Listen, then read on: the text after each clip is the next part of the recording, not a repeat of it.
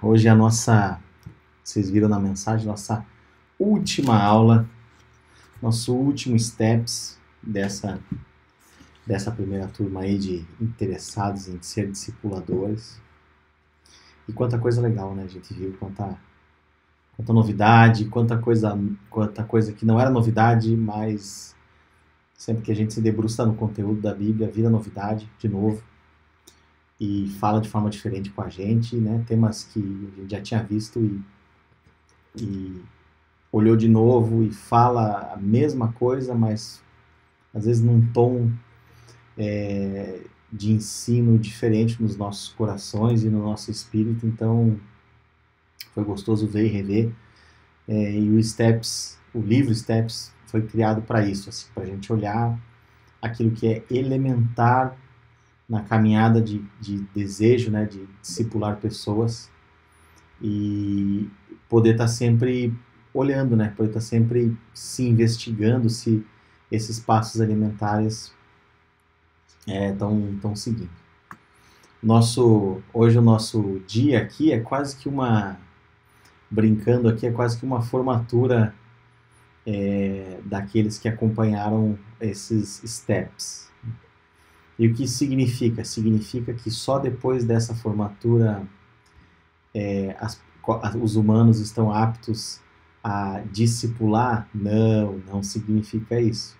A gente está fazendo aqui um momento simbólico, né, para aqueles que participaram aí dos steps e aprenderam com a gente, para dizer que, olha, mais do que nunca, né, você está apto a fazer aquilo que Jesus pediu para você fazer. Ninguém mais do que Jesus pediu para você fazer isso. Então, esses steps que a gente compartilhou nessas quartas-feiras que passaram são pequenos preenchimentos importantes que ajudam na caminhada do discipular alguém ou alguém que está interessado em fazer o que Jesus pediu para fazer, sendo redundante. E eu queria, com muito temor, muito cuidado, né, hoje, não só trazer aqui um desfecho, um wrap-up, né, um resumão, mas junto aí com a Fer, com a Luíse, com o Rafinha, com a Sá, com quem aí sentir no coração, né, sentir um mover do Espírito no coração, declarar palavras de envio, de incentivo, de palavras proféticas mesmo, para você, de encorajamento, para que você discipule. Né? Mas antes disso, eu queria trazer um pensamento para vocês. E aí, cadê a Fer? A Fer tá ali, a Nina tá aí com você ainda, Fer? Tá aí, a Nina. Ontem a Valentina e o Natan, a gente tava jantando e em algum momento o Natan falou assim, poxa, a gente tava falando sobre os papos de janta de uma quarta-feira aqui em casa, né? A gente tava falando de pós-milênio, né? A gente tava falando de milênio, como vai ser o milênio, e aí Jesus vai voltar, e como é que vai governar, e aí a gente vai ter um tempo aqui em carne, não em espírito, para, né, junto com Jesus governando o mundo, esse papo lúdico que todo mundo gosta, né, é meio esquisito até falar, né, o mistério do Apocalipse, né, mistério como é que é o nome do ensino, Rada? Ensino do fim dos tempos? Isso, mistérios da escatologia, obrigado. Mas a gente tava ali, né, conversando na janta e de repente pintou a frase na mesa assim, puxa vida, mas eu tenho medo de não ser salvo, né? Eu falei, opa, vamos conversar sobre isso então. E aí fomos conversando sobre isso. E às vezes, e aí até a Fer falou assim, olha, por muito tempo eu também tive isso, né? Mesmo pós-adulta e tal. E a gente foi discorrendo sobre como é possível não ter medo da salvação, né, de não ser salvo, mas ao mesmo tempo ter o temor da manutenção da salvação com base no senhorio. Né?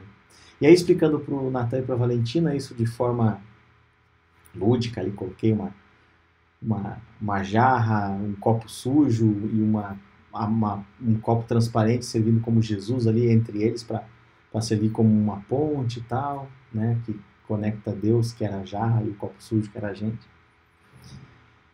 E expliquei a questão do Salvador, né? Falei, ó, o único caminho, não adianta que vocês façam, não adianta quanto vocês sigam todas as regrinhas que papai e mamãe falem, não adianta que vocês sigam todas as regrinhas que estão na Bíblia, não adianta, não é sobre o que vocês fazem, né? É sobre o que Jesus fez. Aí, poxa, aí ficou meio esquisito, né?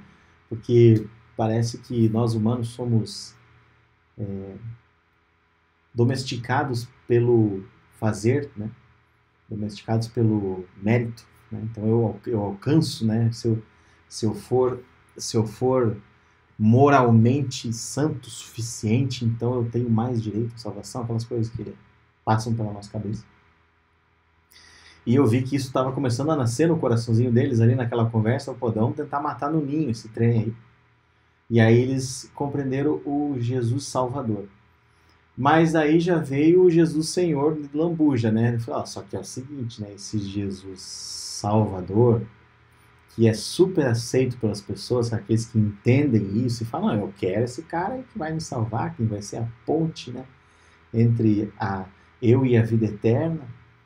Ele vem no pacote o Jesus Senhor. Eu expliquei, né, para eles, então, Senhor, né, o que é Senhor, né? Até trouxemos, eles estão estudando sobre escravidão no Brasil e tal, ele tinha lá o Senhor do Engenho, né? Então tinha o Senhor do Engenho. Aí eu falei do meu chefe, né? Eu falei, meu chefe é senhor daquela empresa, né? Então ele faz exigências, regras, se eu desobedecer essas regras eu perco o emprego. Então a gente tentou contar um pouco sobre o senhorio e tentamos imprimir neles o fator senhorio, que se você ama aquele que te salvou, você também traz no pacote junto a sua dedicação ao Senhor. Né? Dedicar-se, da raiz, dar-se completamente àquele que é seu dono, né? Isso é dedicar-se. E aí a gente esquece isso por muitas vezes. E por que eu estou falando sobre isso aqui? Porque esse nosso Jesus, e agora não é mais para o Natan e para a Valentina, esse nosso Jesus que é nosso Senhor, se a gente for lá em Mateus, no capítulo 28, ele faz um pedido, uma comissão,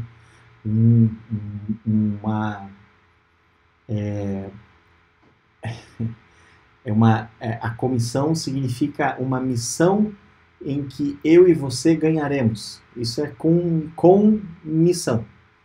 Ele faz que é a grande comissão, né, que eles falam.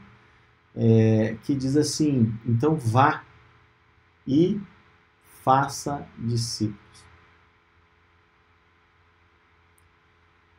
Ponto final. Né? Ok?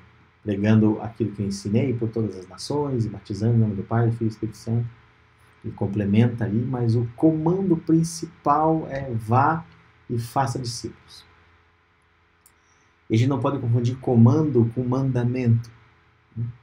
Lá quando os fariseus chegam, os discípulos chegam para Jesus e falam, Jesus, e aí, resume aí os mandamentos para a gente, e daí ele dá 2, né? Ele fala, ame ao Senhor, seu Deus, acima de tudo, e ao próximo como se fosse amar a você mesmo. São os mandamentos. E a comissão, o comando, né, a ordem, a ação é vá e faça discípulos. E o que isso tem a ver com a história do Natan e da Valentina? Tem tudo a ver, porque se somos comprados por esse Senhor, né, estamos debaixo do senhorio dele, não obedecer a esta comissão, a esta ação, significa não dedicar-se a este Senhor, não querer ser servo dele. E o plano de salvação inclui Senhor e Salvador. Então é muito sério quando o assunto é fazer discípulos. E Jesus sublinha isso no livro de João, lá pelo capítulo 14. O próprio Jesus diz assim: aquele que obedece os meus mandamentos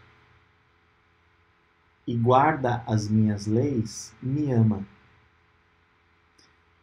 Jesus está dizendo assim, você quer realmente, sabe aquela oração que você faz assim, Jesus, eu te amo meu Senhor Jesus, eu te amo, te amo mais que tudo, te amo. Ele fala assim, legal, se você me ama, obedece os meus mandamentos. Porque aquele que me ama, também ama o meu Pai. E o meu Pai o amará. Olha a importância da obediência ao senhorio e aos mandamentos e aquilo que ele comanda para nós. Porque isso é uma expressão de amor àquele que é o nosso Senhor e Salvador. E por que isso é importante no nosso tema aqui, né? Na nossa formatura dos nossos ilustres discipuladores aqui? É que, queira você ou não tem como não discipular pessoas. Ah, mas dá um trabalho. Não importa. Ah, mas, puxa, nesse período da minha vida, dá um jeito, meu amigo. É óbvio que ninguém aqui está falando de você fazer turmas de discípulos, como a gente está organizando aqui. Não. E aí entra um pedacinho mais do nosso ensino aqui.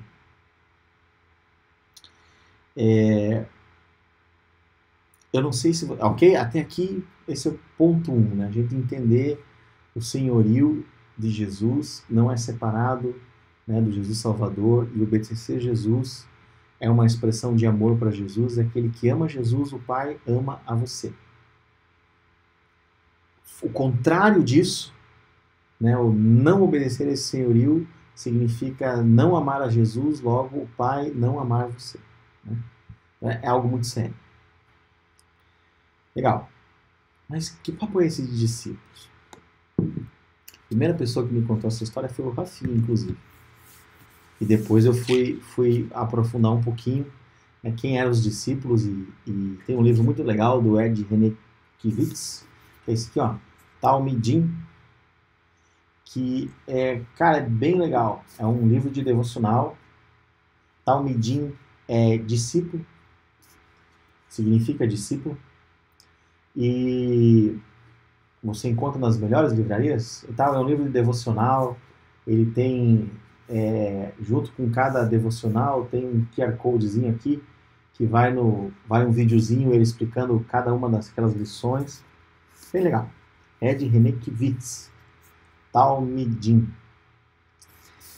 E ele conta aqui na contracapa do livro, que era a coisa que o Rafinha tinha me contado, o que significava ser um Talmidim. Né? E ele diz assim, deixa eu abrir aspas aqui. Na Galiléia, nos tempos de Jesus, os meninos em Israel, iniciavam seus estudos da Torá aos 6 anos de idade. Viu, Valentina e Natan? Vocês já deviam estar estudando isso há 3 anos atrás, a Torá. Que era como os primeiros livrinhos ali, tá? Do Velho Testamento. Aos 10 anos, quando completavam o primeiro estágio, a escola primária, chamada de Beit Sefer, já tinham, olá Valentina, já tinha a Torá decorada. Gênesis, Números, Gênesis, Êxodo, Deuteronômio,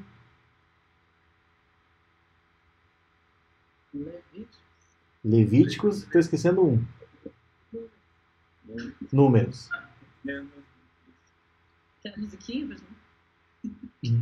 O cara não decora nem a sequência de livro, imagina decorar os livros. E o decorar, galera, era assim, ó. Gênesis capítulo 4, versículo 3. Qual é esse?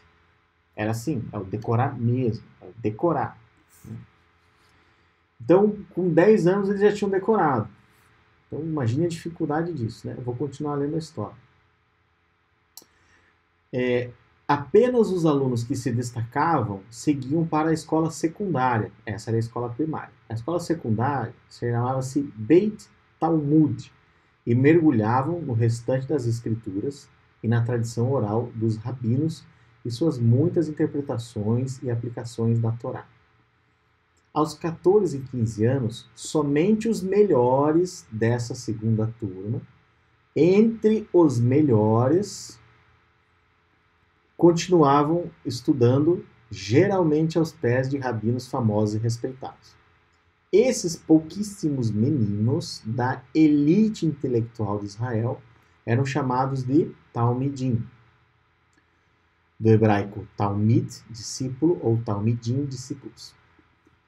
Apesar, aqui que a história é muito legal, né? Ou seja, na tradição judaica, era o cara que fez MIT, ITA,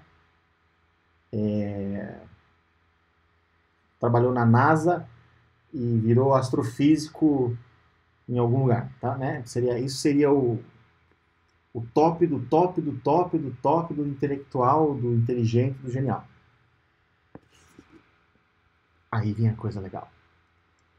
Apesar de ser considerado um rabino marginal, não reconhecido formalmente pelas autoridades religiosas do seu tempo, Jesus de Nazaré também tinha seus discípulos e seguidores, os seus talmidim. Jesus não fez parte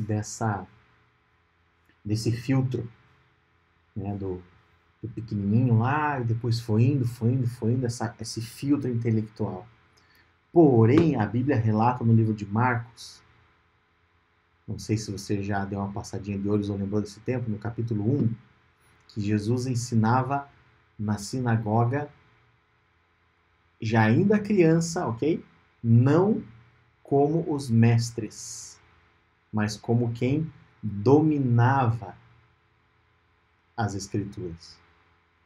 E esse dominava as escrituras, ele continua o texto ali dizendo que a ponto de ensinar e comandar aos espíritos. Olha só, né? Então, aquele cara que teoricamente não passou por todas aquela fase, aqueles filtros, os vestibulares judaicos, para se tornar um talmidim, ninja, Jedi, ensinava desde criança, estava lá na sinagoga e ensinava aos rabinos, aos que estavam ali, não como um mestre, mas a Bíblia classifica ele como acima do mestre, porque ensinava por dentro e de dentro.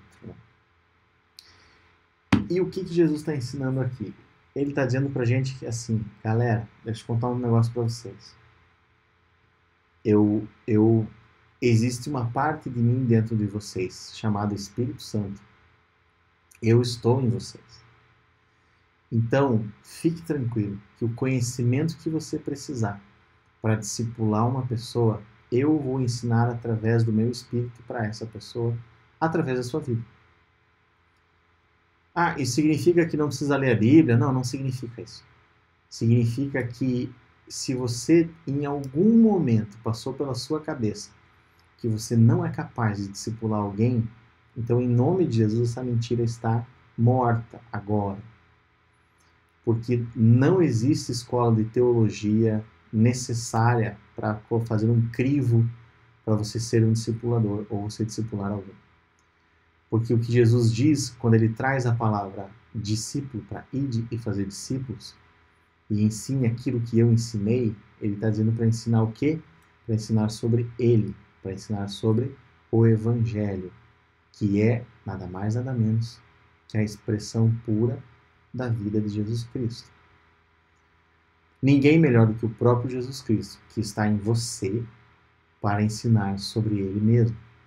Logo, discipule.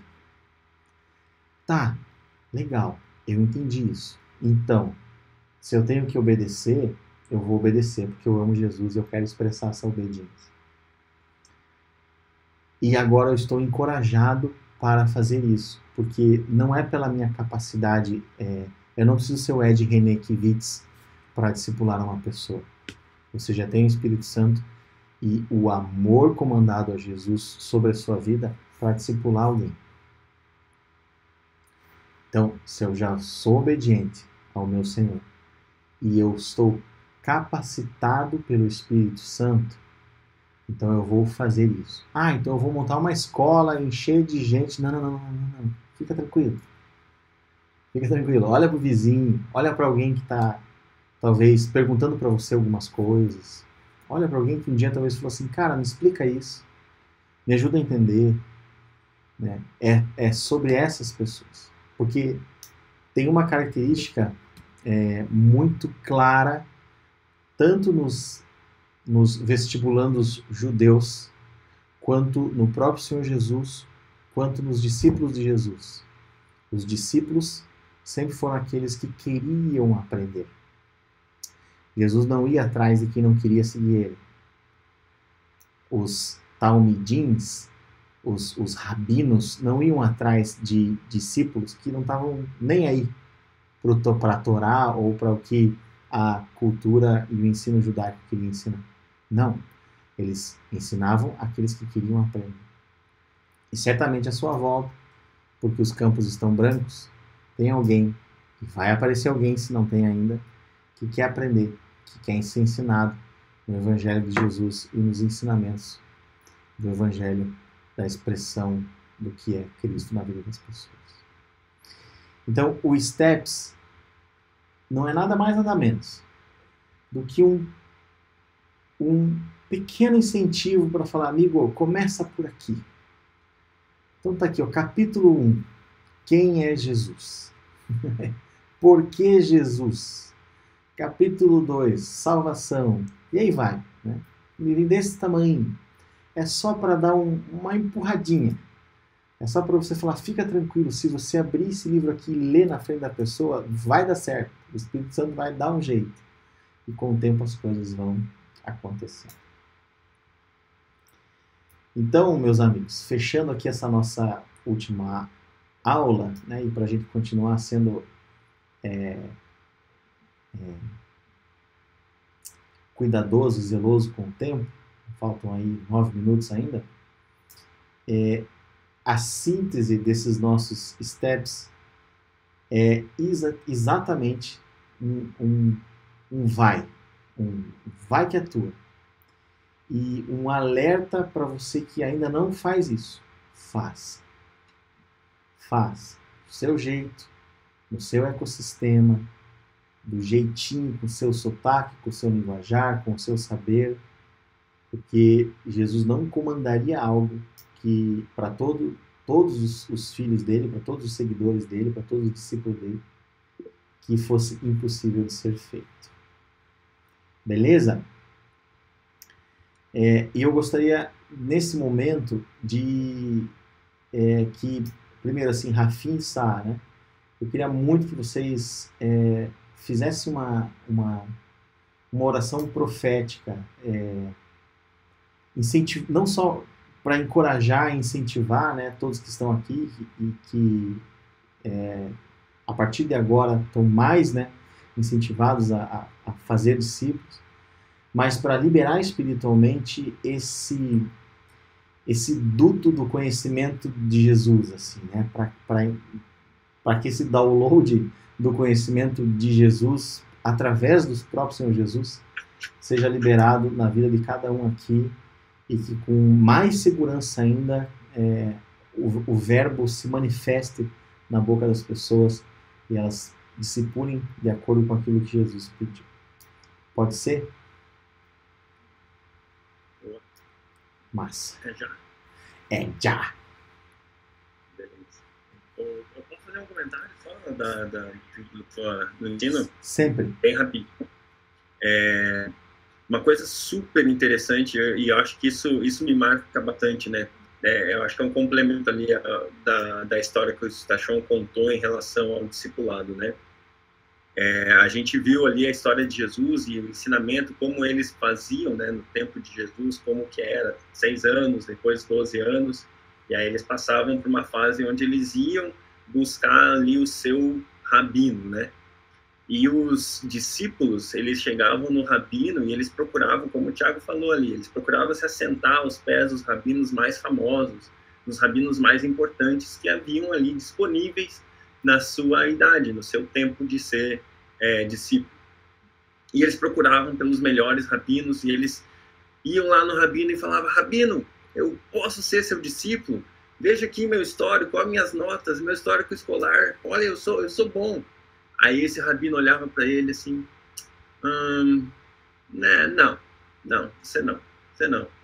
E aí ele ia para outro, não, e outro, até que algum rabino olhasse para ele e acreditasse que aquele jovem poderia ser igual a ele, rabino. E aqui tem um segredaço, assim, pra gente, porque é muito interessante. Esses jovens que com 12 anos conseguiam ser escolhidos por um rabino, eles escolheram a sua profissão. E a Bíblia nos conta que Jesus, quando ele foi procurar os seus discípulos, ele foi procurar os seus discípulos, ponto número 1. E ele chamou os seus discípulos. Quando um rabino escolhe um discípulo, ele escolhe o discípulo acreditando que esse discípulo pode ser igual a si. Beleza? Então, quando Jesus te chamou para ser seu discípulo, ele chamou você acreditando que você pode ser igual a ele. Tanto acreditou isso que ele falou assim: quer saber mais?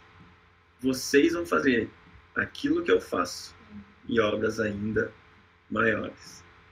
Cara, é demais, é demais. E mais um detalhezinho.